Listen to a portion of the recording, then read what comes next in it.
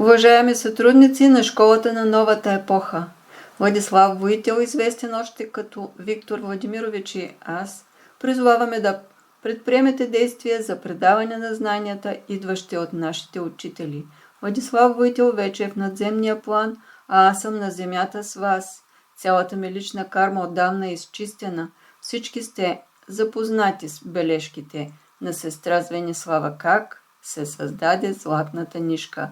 И планините от послания, получени за вас, говорят сами със себе си. Всички трябва да побързате. Всички имате кармични дългове. За съжаление, те са значителни. Създадени са стратегически общности в очите на учителите и участието в тях е от решаващо значение за вас.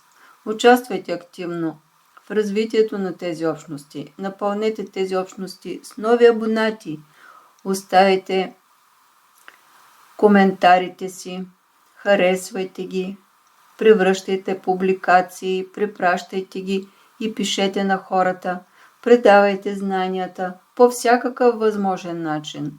Общностите, които създавате, трябва да се превърнат в магнит за хората, които с нетърпение очакват тези знания. По този начин може да помогнете на хората и, разбира се, да помогнете и на себе си. С любов към всички вас, Владислав Воител и Златната нишка, 4 ноември 2025 година.